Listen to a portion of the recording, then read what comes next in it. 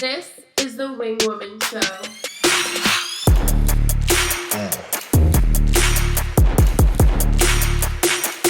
Are you ready? You are listening to The Wing Woman Show, and this is your host, Morgan Bars.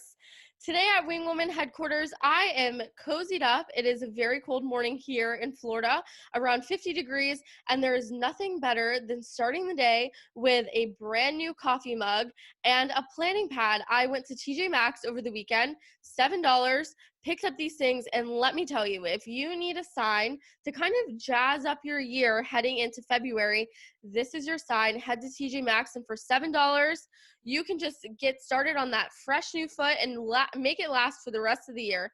So that is very exciting. But on a more serious note, we are leading up to the Super Bowl this Sunday. It is being hosted in my home city, Tampa. The Bucs are playing, so it's a very exciting time for our community and a lot of our clients. One of our PR clients, Jackie, is actually appearing in a Super Bowl commercial. Jackie was a few episodes back on this podcast, so you'll have to scroll back if you want to hear more about her story and how she built her company.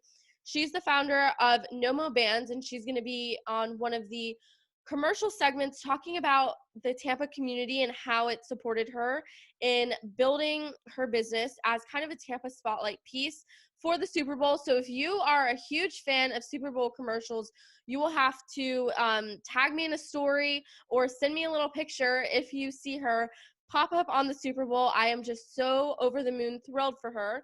So this entire week, we have radio interviews lined up promoting her feature on that Super Bowl commercial, because it's kind of like that huge pinpoint moment as a business owner, something that you dream about for so long. So I'm so excited that she's getting additional exposure for that opportunity as well.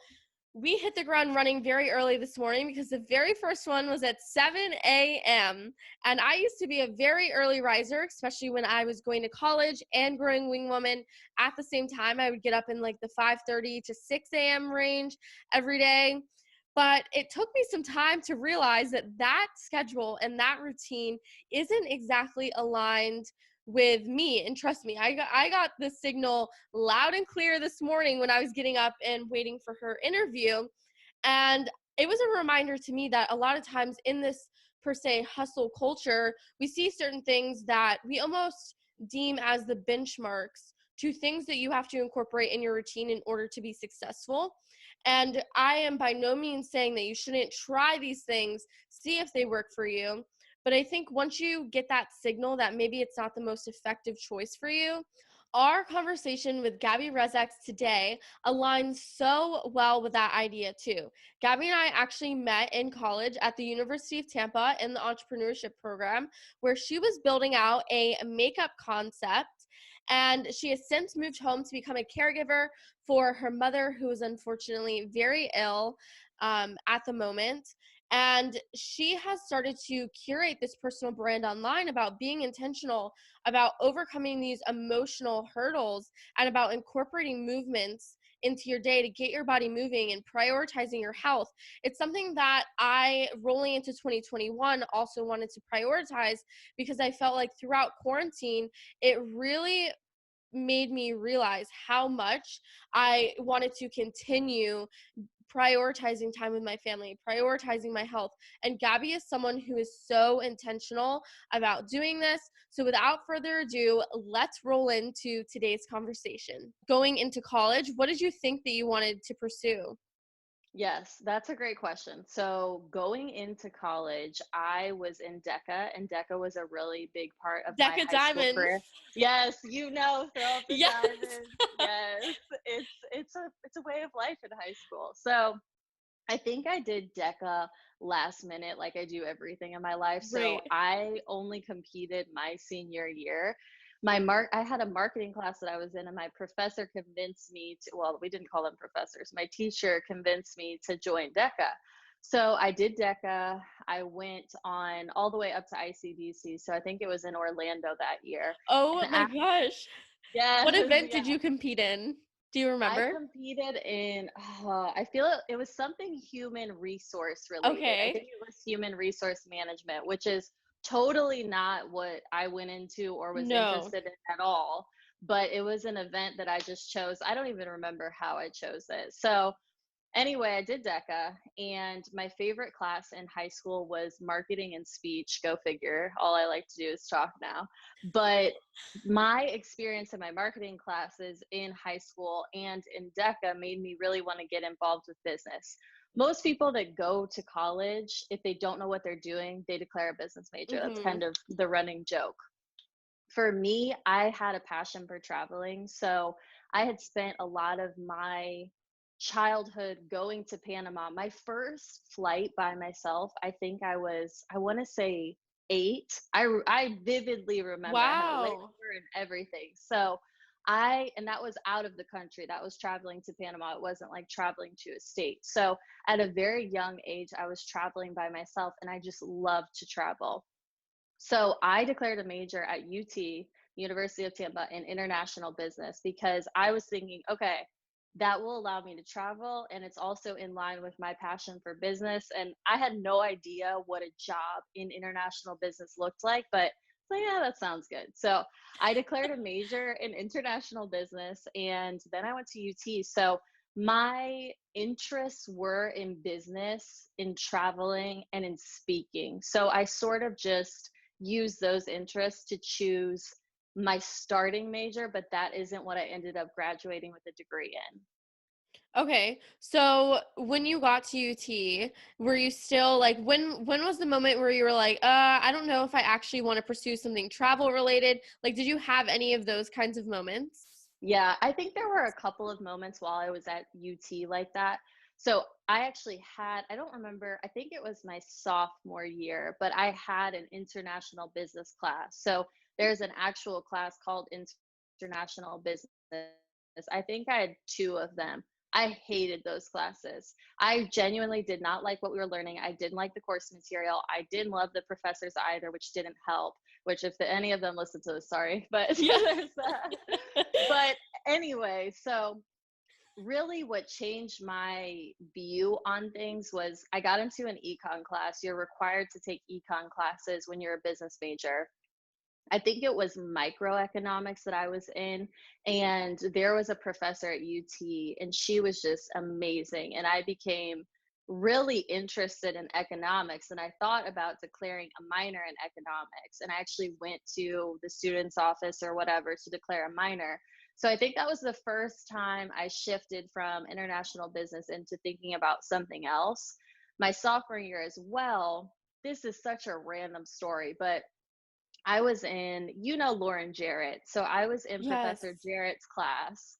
She was a marketing professor. I absolutely loved her. At the time, she was just teaching like as an adjunct. Is that how they say that? Mm-hmm. Yep. She wasn't even a full-time professor. She was just coming to UT at night to teach classes. But she was the best, most practical teacher I had ever had. We would learn about Facebook ads. We would learn about her past clients, and it was actual real life marketing. Right. So I loved her class. And I remember she would always bring these real life entrepreneurs into class. And she brought somebody in, or no, she asked the class if somebody was looking for a new mattress. And she said, raise your hand if you would be interested in working with a company that wants to come and give a college student a free mattress. And through that, they want to record sort of your experience with it, what you think about Wow. it, etc. But you'll get a free mattress out of it. So I was like, oh yeah, that sounds cool. So I raised my hand. She connected me to Lisa Demi, and Lisa actually from Indigo. She was working with a company called Indigo at the time, which is a bed in a box company. They came to my dorm. And now that I'm thinking about it, this was actually my junior year because I was at a different hall. So anyway, they came to my dorm with this mattress. I tried it. And after a few days, they came back, they recorded, how did you sleep? What did you like about it? What did you Right. not like about it? The whole process. And so they actually ended up being my first client that I worked with from a marketing perspective. So I had no idea what I was doing, but there was sort of this weird introduction to an e-commerce company, a startup that Mm-hmm. wanted to use my mind from a marketing perspective. So when I actually started to get my feet wet in that field, I realized that I really liked it and I was also really good at it. So I think it was my junior year, actually the beginning of my junior year, that I switched my major from international business to marketing. And it was just a Wow. series of a lot of weird events that just led me to that, basically. So how did the process of them becoming your first client occur? Because at that moment you were kind of going on this separate path. Were you just open to all the different opportunities, or like how did that kind of roll out for you? Yes. So when I went into college, I was open to any and all job opportunities possible. I had I wanted to work for a Fortune 500 company when I graduated from UT. That was sort of my goal. My freshman year, I was interning with MasterCard and I continued with them every summer until my senior year. So I had three different internships with them. I also worked for Tampa International Airport, which I consider a mid-sized business, Mhm. and then I worked with startups. So my goal was always to have a diverse background of job experience. I wanted Fortune 500 experience. I wanted mid-sized experience and I Right. wanted startup experience. So I was always open to whatever was coming my way, if that makes sense. Right. So then I know, just because I know you personally too, is that did you interned with MasterCard and they offered you a full-time offer, but you decided to deny it, Decline it. which I feel Yes. like is I know for my mom, that's any mom's worst Yeah. nightmare. Yeah. My mom still gives me trouble She about that to does. this day. Yes. So I 3 years I interned with them and it was always summer internship. So my first year I was a baby, literally a freshman coming out into this company where it was mostly juniors and seniors that were interning. But I interned in sourcing, which I knew literally nothing about, but they said, we have this position, you can take it. And again, I was just always open to just getting experience in any field because that's how you learn what you do and you don't like. Right. So I interned in sourcing my first year, supplier relationship management my second year, and then my third year, which was my junior year going into my senior year summer, I interned in New York in their marketing department, their digital marketing department. So at the end of that year, I went back to Tampa. I think in August is when they sent out offer letters. And they sent me an offer letter for a position at the MasterCard location in New York, which is like the height of a Right. job offer. That's such a cool offer to get out of college. Going into like school hadn't even started yet. You have this job security of, okay, I don't even have to worry about getting a job my senior year. And I just wasn't excited. I was honored that they would extend a position Mhm. to me, but I was not excited about that position. And I vividly remember I was very close to my peers at MasterCard in New York, and they were so excited for a job position. And I was thinking about me taking the position of Mhm. someone else that was really passionate and really excited for my position. By me taking the position, I was taking a position away from somebody in that circle. Right. And I actually know who ended up getting my job, and they wanted it. I did not Yeah. want it. So at the time, I was thinking about that. I was thinking about the fact that I didn't want that job. So it took me like 2 weeks to respond to them via Mhm. email. I was past the deadline of when you were supposed to accept, and they were hounding me about it because they just assumed that I was going to accept. I'd Right. been with them for 3 years. I'd probably expressed interest. And here I am, like, okay, how do I let them down? So I sent an email, and I think I looked at it like 6 months ago because it's so interesting to look back on those Mhm. things. But I just sent an email saying that I was super grateful for the time that I spent with them, but at this time I wasn't going to be accepting the position. And I got a lot of grief, particularly from my mom for that, because it was such a secure position and it was a really cool opportunity, but it just wasn't for me.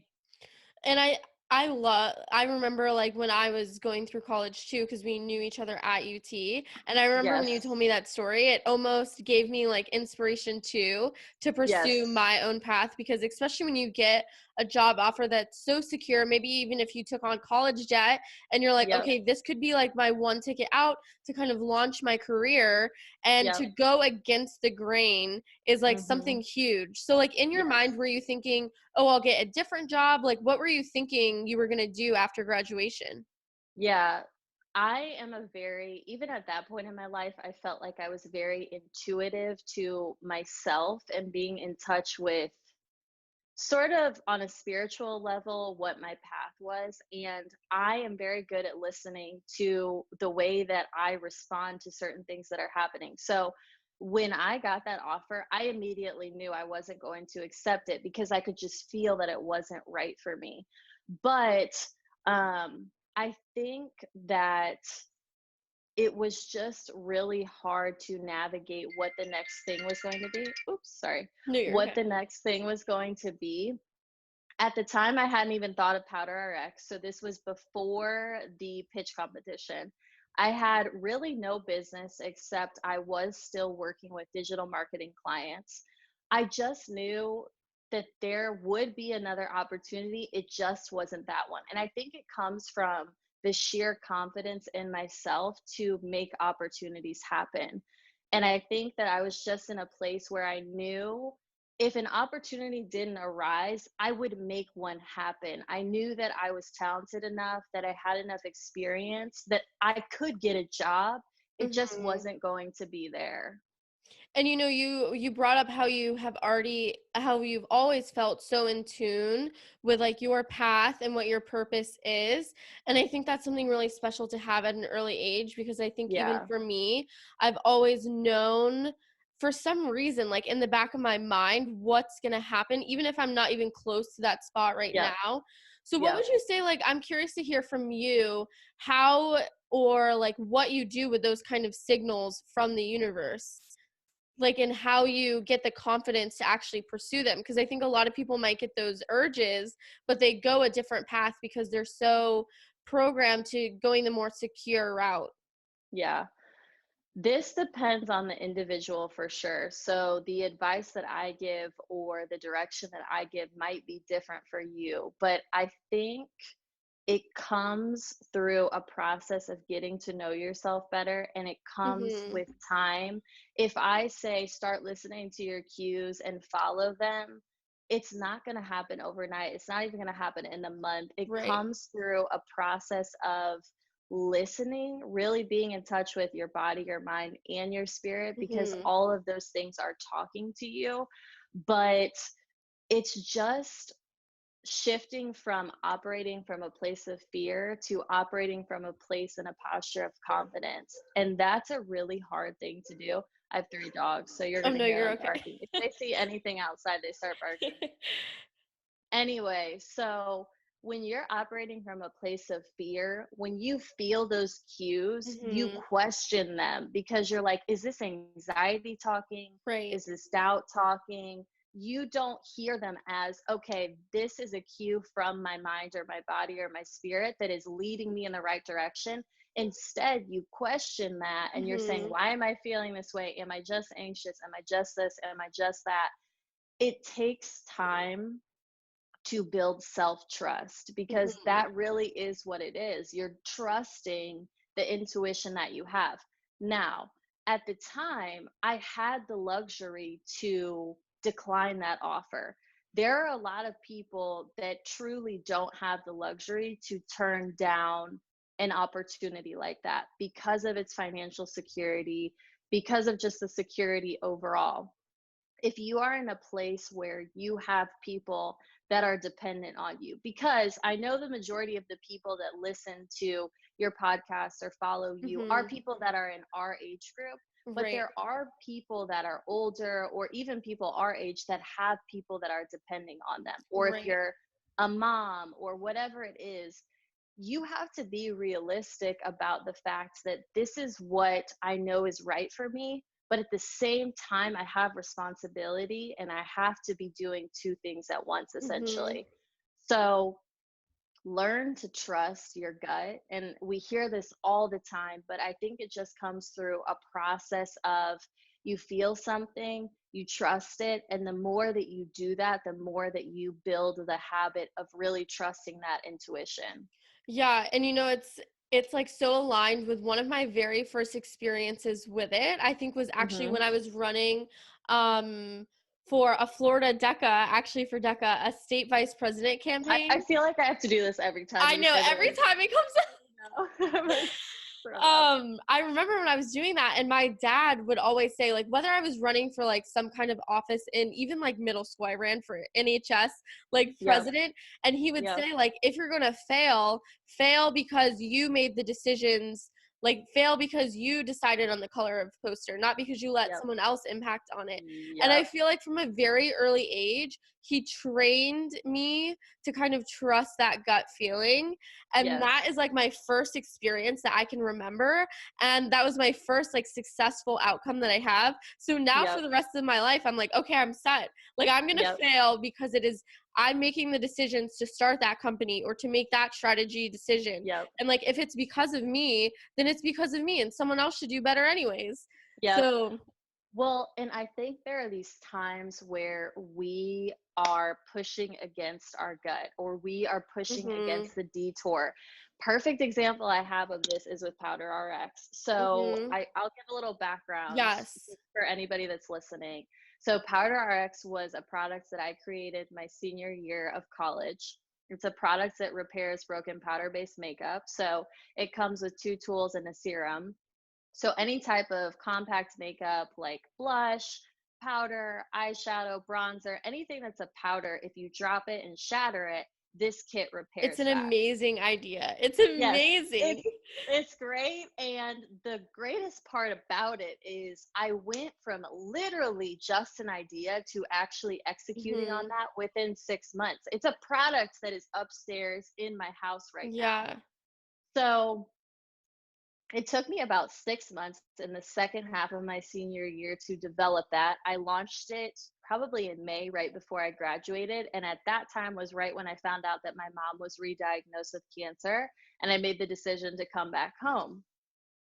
When I got back to St. Louis, I had absolutely zero drive to do anything with Powder RX. It felt totally out of alignment for me to be working on that.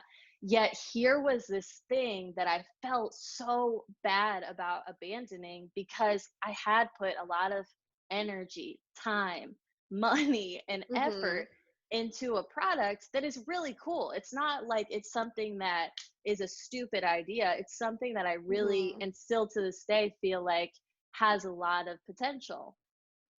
But the more I pushed against that at that season of my life, not being in alignment, the more that I felt bad about myself, the more that I felt less about my confidence to do other things. It just clogged my trust in myself and my trust in my gut. So the further we push against our gut feelings, the harder mhm, it is to progress. So the more we don't listen, the more that we suffer because of that. mhm. And I want to get back to the beginning of you starting Powder RX too, but before we do that, I know for me, we're very similar in the way that we pursue like any opportunity, and like we don't really think about like the failure part after. We kind of just like go for it. Do But it. yeah, but I think for like a lot of my projects have failed, or they haven't been as successful as I wanted them to be, because I'm so young and I'm kind of building up that resume of life Yeah. experience, Yes. which is like such a Jesse Itzler thing. It Um, is. but what, like, I feel like the process for me of like separating myself from that project and moving on, even if I'm still so passionate about it, is so Yes. difficult because I'm so emotionally invested in it. Yes. So what is Yes. that like for you? And like, does that kind of stick in the back of your mind when you go to pursue something else now? Because it's like, does it stick back Yes. there? 100%. So everybody's favorite thing to talk about when introducing me is Powder RX. That is Mm-hmm. the thing that people want to talk about because it is novel, because it is a product, and it's much easier to say, here's Gabby, the inventor of Powder RX, a super cool product that repairs broken powder based makeup in less than 6 hours, versus Mm-hmm. saying, here's Gabby, a personal brand who lives intentionally and teaches you about how to listen to yourself and build a strong mind, body, and spirit. It's a lot easier to understand Powder RX than it is to understand a life person. Does that make sense? Yeah. So it's hard to get away from that. And it's not, at first, I thought, okay, I need to evaporate that part of my life altogether because I am not the founder of Powder RX. I am Right. not working on that anymore. I am in a completely different direction. But it is a part of my story, and it's a very unique and cool part of my story that took a lot of brain power and speaks a Mm-hmm. lot to going from ideation to execution. But you asked the question of, is it still in the back of my head, and is it weight that carries into going to a new path? And the answer is 1000% yes. I am still working on shedding the weight of Powder RX because it's still, to this day, today at 10:41 a.m. in St. Yeah. Louis, Missouri, something that I feel guilty about. I feel bad, and sort of I feel like I failed because it's a product that has, again, a lot of potential. I just couldn't do it, and I didn't do it. So, but in order to, like I said, progress, you have to shed the guilt. And that comes with pretty much anything. It's not even if you created a product or a business that failed. There's so many areas where Right. we hold guilt in our lives. It's just not necessary. I did something really cool at that season of my life. It was my passion, it was my project. I'm able to now help people go from ideation to execution Right. because of the process that I went through with that. Now, am I going to sit down and teach somebody, okay, this is how you scale your e-commerce Right. product from $0 to $100,000? No, because I don't have experience in that, and I did not successfully do that. Now, the thing that's hard for me is I have still yet to make a clean break around away from Powder Mm-hmm. RX. So in my brain, I'm still like, okay, do we revisit that now? Like, we took a year away from it. Is now the time to at least sell through the inventory that you have? Mm-hmm. Or what sort of the strategy? Like, do I never turned off the website. So I pay like $50 a month from Shopify, and I'm making $0 on it. Right. So essentially I'm losing money on that. Right. I never touched it. I just let it exist for a year. I couldn't even think about doing anything for it. And now I find myself in a place where I'm asking, okay, do we just cut all ties with that? Turn off the website, let it go, or do we revisit it later? So I think the first thing is just releasing the guilt that you Mm-hmm. have associated with not doing enough. I don't look back and say that was a failure. I just look back and say, I wasn't in alignment at that time, and it was not the time for me to make something like that Right. happen, and that's okay. But it's really hard to release the guilt and the weight that's associated with that. Does that make sense? Yeah, and I'm honestly so glad that you kind of went into that so that we can document Yes. it, because I feel like Yes. with where we're both at right now is a lot of just like, it's very messy to connect all the dots and how everything is going to make sense. But I think in like Yes. 15 years, when we're at a certain point and we look back on like how all the dots actually connected, I feel like it's so cool to have this conversation documented for other Yes. people to look back on and almost take comfort in the fact that they're going through their messy phase, because it is so messy. And like, even for me, I feel like you carry the baggage of like old ideas that have failed. Mhm. Like, even for me, it's hard to shed that sometimes. And I just feel like in a couple of years we're going to be in a completely different spot. So I love that you went into that. Yes. Well, I mean, and I was thinking about this before we chatted today. The last time I was in Tampa in person, you and I holed up in a Starbucks for probably almost 3 to 4 hours, Yes. a very long time. And we talked specifically about our personal brands. And we Yeah. talked about the pillars of our personal brands and what we wanted that to look like. And I look at even just a year ago, and I think Mhm. we're both in completely different positions than Yeah. we were a year ago. And so when you look at things on a micro level, a day to day basis, a Mhm. weekly basis, a monthly basis, or even a yearly basis, it can seem like the smallest failures or even, medium to large size failures are Mhm. huge roadblocks to the rest of your path. But really, that's exactly what they are. They're Right. just micro failures. And they're not even failures, but they're micro events. There's just things that have happened in your life that continue to push you where you're supposed to Mhm. go. So it's just an event. And that's how I am slowly changing my perspective on that. It's just an event. It's not a success. It's not a failure because that is constantly evolving to what we consider a success Right. and what we consider a failure. It's something that happened that we do hold baggage from. But in order to move forward, you have to release it and just say, it happened. I got X, Y, and Z from it, and I'll use that moving forward. Right, 100%. So you're in college. Why make the decision to pursue that idea versus just finding another job that maybe gives you that exciting feeling? Yeah. So again, here's another one of those decisions I had to make. Tampa International Airport expected me to come back after my Mm. internship in Florida. So I had expressed that. I had said, I'm going to go to New York for the summer and then I'll come back and I'll work my senior year. And out of all the jobs I've ever had, Tampa International Airport by far is my favorite job. If I had to work somewhere, I would go You would back and work. I would work there.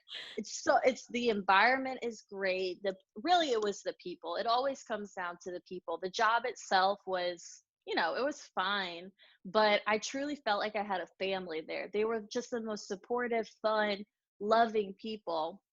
So I had said that I was going to go back to that job, and I ended up again having to let yet another person down about returning to my job.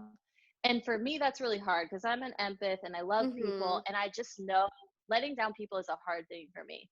So I made the decision to tell TPA that I wasn't going to go back working there. I remember the pitch competition very vividly because it was you and Andrew that Yeah. just do it. It doesn't matter what it is. Geez, I remember I sent you three different ideas, right? So one was a candle wick extender to make your candle burn longer But because when that's you a get great idea. yeah, you've all this wax. It's like, why is Right. this not a product? Because it's so obnoxious. So that was an idea. I had an idea for a general marketing company just pitching digital marketing services. And then there was Powder RX. And I don't know if I had a name for it. I still, on my laptop, I have a note. I'm looking at my laptop right now Uh-huh. because this is so funny. But I have a note of the very first Powder RX pitch. I still have Oh it my from gosh. 2018 because I wrote it the night before the pitch competition. So, um, at the time, I really didn't know that I was going to pursue Powder RX when I rejected my position or when I stopped working at TPA. But I was making enough money for my digital marketing clients. So the 2 to 3 clients I was working with, that could sustain me. And I thought, let me just do this for the next year of my senior year. If I get to a point in May where I'm not making enough money or I don't feel stable enough, I will cross that bridge when it comes. And Right. this is sort of something that has continued in my life and become even more important now with what's happening with my mom. Mhm. I will cross that bridge when it comes. Right. And maybe that's a luxury way of viewing it, but for me, I can't worry about what Gabby a year from now is going to want or do or Right. need because all I know is what Gabby right now has, needs, and wants. And at the time, I had jobs, I had clients that were paying, and I was making money. I had flexibility and I had the freedom to explore. And so at the time, that's why I decided to go with my digital marketing clients versus working at a 9 to 5 essentially. So it really had less to do with Powder RX because again, when I made that decision, that hadn't even happened yet. That was Mhm. a month and a half after that, I think. So it was really just, I had that steady line of clients that I said, I'm going to try this. That's all. Right. Right. So now kind of fast forward into where you're at now. After graduating college, you moved back home to kind of take on that caretaker role for your mom too. And I've loved watching you just share, and we talked a little bit before this too about just how much I admire the fact of going through that process and being so vulnerable and sharing how you're incorporating parts of movement in your day, and you're kind of living like a untraditional schedule, but it's so Yes. intentional, which is something I Yes. really admire. So kind of like walk us through what that journey has been like. Yes. So untraditional is a great way of describing what my day to day looks like. I struggled with that a lot when I first moved back home because you're constantly seeing people that wake up from anywhere from Mhm. 5 to 6:30 a.m. or 5 to 7 a.m. and they have this very distinct morning routine, and then they're doing this by this time and they're doing that by that time, and it's very much so detailed out how a successful person lives their day to day, or so we think it is, right? We Right. have this pressure of this is how a successful person sets up their day. Well, we're all living very unique experiences of life. So you could look at another person that is entrepreneurial or working on their own thing that also has a parent with cancer, but their life is going to look Mhm. completely different than mine. And Morgan Bars 2.0 is going to look completely Right. different from you. You know what I mean? Mhm. So each person has such an individual experience that they are going through right now. And we get caught in the web of looking to the next influencer, the next book, Mhm. the next YouTuber for how to best live our life. And I went through this process of when I moved back, trying those things, right? So Rachel Hollis was my knight in shining Right. armor when I moved back to St. Louis. And I bought all of her journals, I bought all of her morning routine things, and I followed step by step what she was doing. And I did that for a couple of months and it just didn't feel right and it wasn't working for me. And I think it's good to go through a process of trying the Mhm. routines, the habits, etc. of other people because you fine tune what works for you. So I went through a process of trying to copycat essentially what I Mhm. believed successful people to be and their routines and their habits. And there were times where I said, if I don't stick to this, does this mean I'm an unsuccessful person? Or does this mean that I will never achieve that level of success, which again has changed for me since that point in my life? Mhm. But intentional living is something that has been very messy, and we should just title this episode just Yeah. like messiness in Messy. general. Yeah, messy. That's it. Because the process of getting to know what the best schedule looks like for you, Mhm. what the best form of movement looks like for you, what the best morning routine, if any, looks like for you. There are all of these things that are very messy because we try the methods of other people and we pick, okay, that works, okay, that worked, okay, that didn't Right. work. And really, over the past year and a half, I have been able to find the sweet spot for myself. Mhm. I cringe because I have a YouTube channel, all the drama, cringe. Why is that Cringe. so dramatic? But I have a YouTube channel that I haven't posted on in probably over 6 months, but I have a morning routine video and I just watched it a couple weeks ago and I'm just like, oh God, it's like Rachel Hollis wannabe, like all of these things that I was doing at the time. And again, it just goes to show like I'm such a different person from even the content I was making back Right. then. And you can clearly see that I was trying my best to take on the routines and habits of other people in hopes that it would work for me. Mhm. And again, it's just a process. It's even like that with dieting. When I hear people are counting macros or trying this fat diet or doing that, I'm like, okay, that's fine because it takes time for you to try something, Right. realize it doesn't work for you to get to a process of, okay, this is the sweet spot. Yeah, and I feel like just this time period in our lives in general is so messy because whether it's like the Yes. routine, the passions, the job, like what is the personal brand going to be? It's so messy. And I think sometimes even I get caught up in the fact of like, am I progressing enough to get to where I want to be? Because it is so messy and I expected it to be. I mean, I knew it wasn't going to be so clean cut, but I didn't know it was going to be like this No, at no all. lines at all. No. Not at all. So yeah, I'm glad that you brought that up too, because I kind of said that in the intro, and it's funny because I was watching one of my very first vlog I did like a year ago, and I woke up at I think it was like 5:30 or something, and Yeah. I'm cringing now because I had to wake up at 6:30 this morning for like a radio Yes. interview, and I couldn't do it. I slept in Yes. until 7.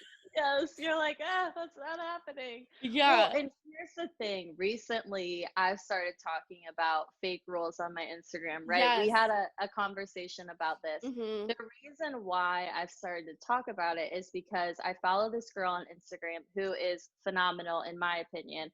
Her name is the LA Minimalist, and her name's Annie, which is the name of one of my best friends, so it's just funny. But Annie talks a lot about, she's a minimalist, so she talks about a lot of different life things, but she recently started talking about fake life rules. And I started to realize how many fake life rules I run into myself on a daily basis. And let's just take the example of waking up at a certain time in the morning.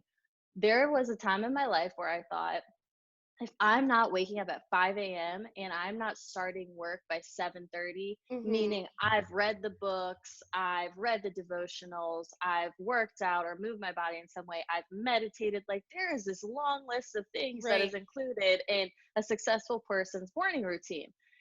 That is a fake life rule. If Morgan Bars is waking up at 7 a.m. and she feels good and she has energy for the day and she gets it done and she's productive and it feels right, but Gabby wakes up at 6:30 or even 6, what is right for them is what they need to do.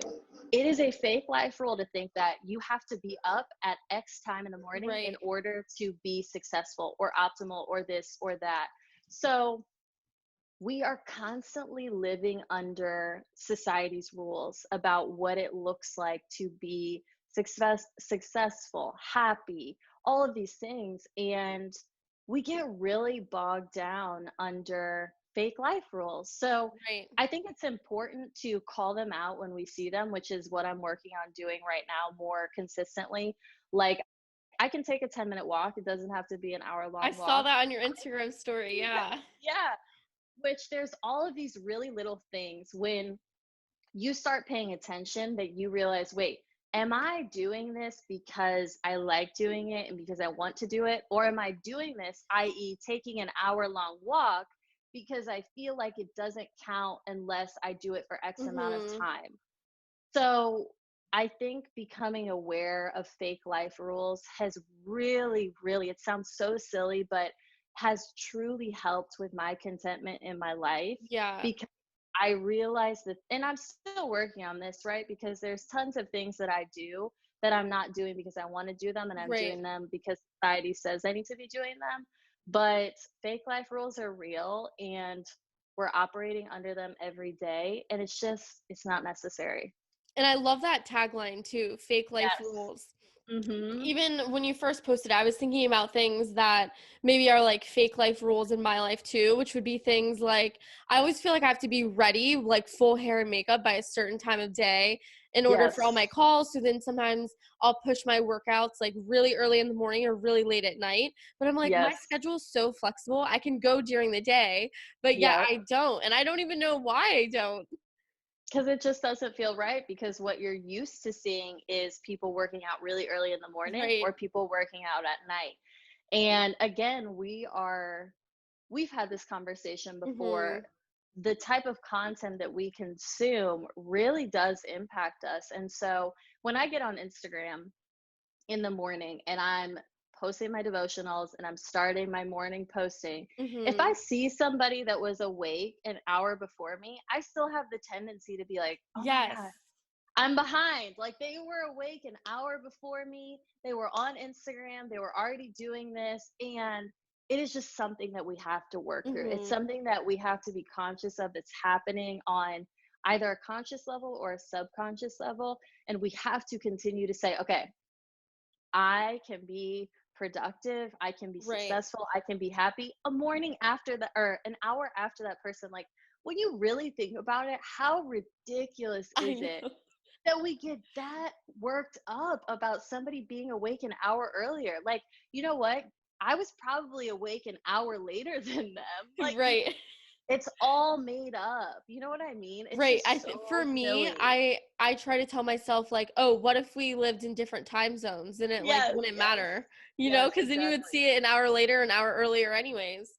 But yeah, I love that. So what is the best place that they can connect with you and just see all your stories? I love following Gabby's stories. I even turn on your little notification because I That's so love them. funny. Yes. So what's the best way to connect with you?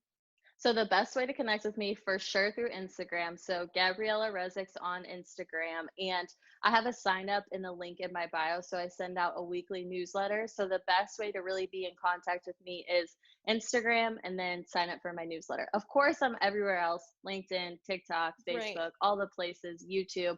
But the place where I'm most intentional is Instagram and my newsletter. So those are the two Okay, best great. places. Okay, Yes. and then I'll link it down below for everyone listening or watching, so that you Perfect. guys can all click through to it. But thank you so Absolutely. much for joining us today. Of This is like one of course. my favorite. I'm so excited that we got to actually document one of our conversations Yes, for everyone else's yes, ears. yes, absolutely. I'm Okay. so excited. We'll have to do this again in the future, even like a Yes. year from now, just to see Yeah, where a we're at, little, because I it'll be so know. It can be like our yearly review. Yes, I love that.